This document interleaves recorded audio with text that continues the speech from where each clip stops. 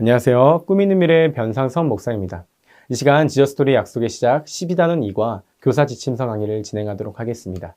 먼저 이과의 제목을 살펴보도록 할까요? 하나님 나라에 대한 이야기입니다. 읽을 말씀은 누가복음 18장 1절에서 8절입니다.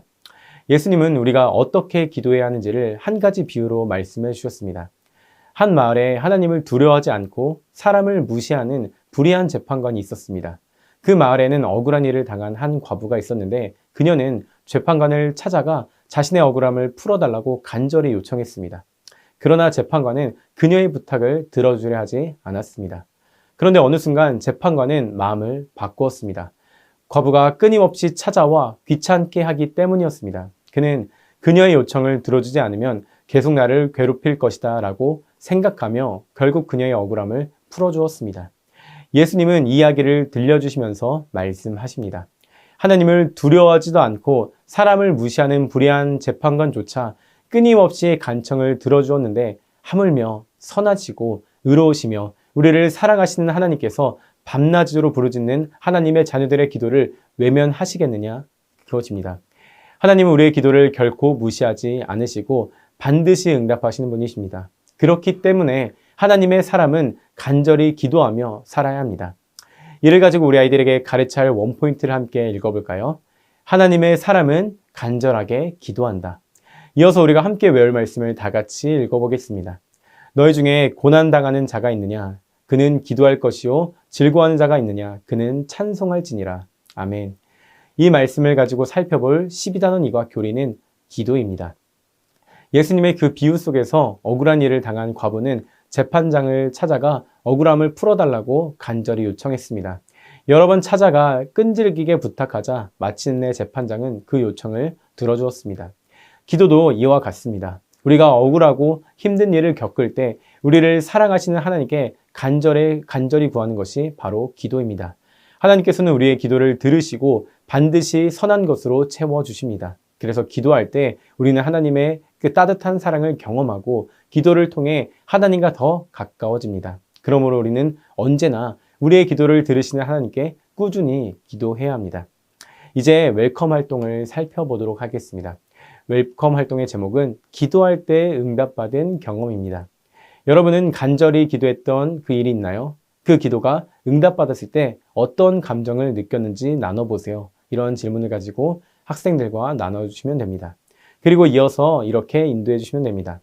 맞아요. 우리는 기도를 통해 하나님의 도움을 받을 수 있어요. 우리가 기도할 때 하나님은 그 기도를 들으시죠.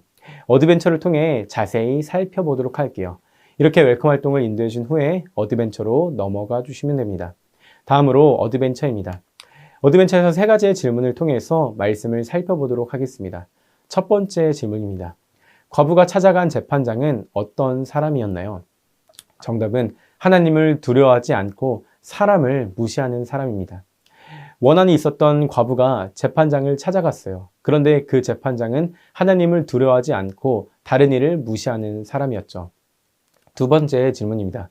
재판장이 과부의 요청을 들어준 이유는 무엇인가요?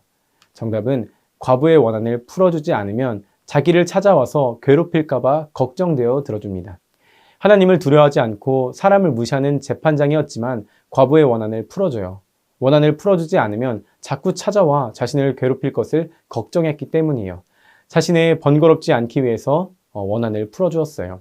마지막 세 번째 질문입니다. 하나님은 어떤 자들의 원한을 풀어주시나요?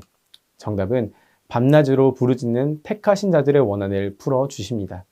하나님은 불의한 재판장보다 훨씬 더 사랑이 많으신 분이에요. 그래서 하나님께 기도하는 자들의 기도를 들어주시죠. 이 사실을 믿을 때 우리는 하나님께 기도할 수 있어요. 이 말씀을 가지고 밸류 질문을 이어서 할게요. 첫 번째 모두 질문입니다. 항상 기도하고 낙심하지 말아야 하는 이유가 무엇인가요? 하나님은 우리의 기도를 들으세요. 그리고 기도한 대로 응답하시죠.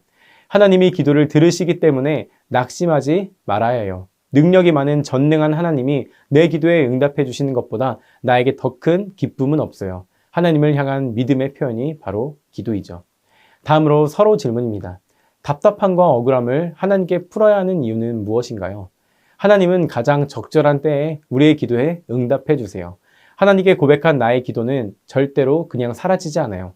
하나님은 언제나 우리를 지키시고 보호하시죠.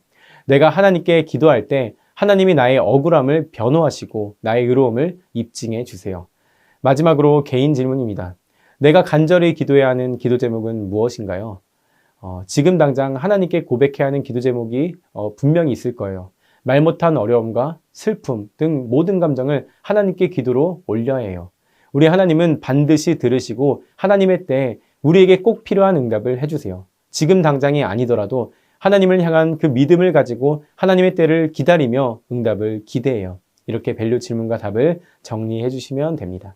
이어서 하나님께 올바르게 기도하기 위해서 어떻게 해야 할지 인커리지를 통해서 알아보고 실천해 보도록 하겠습니다.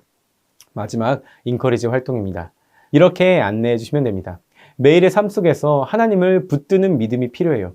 하나님께 나의 모든 것을 기도로 고백해야 해요. 하나님은 반드시 기도에 응답하신다는 사실을 믿어야 해요. 하나님은 불의한 재판관보다 훨씬 사랑이 많으시고 우리를 도우시는 분이세요. 하루 5분 응답을 기대하며 하나님께 간절히 기도하고 요일별로 체크해 보세요. 이렇게 안내를 해주시면 됩니다. 오늘 이과를 통해 하나님의 사람은 간절하게 기도한다는 사실을 배웠습니다.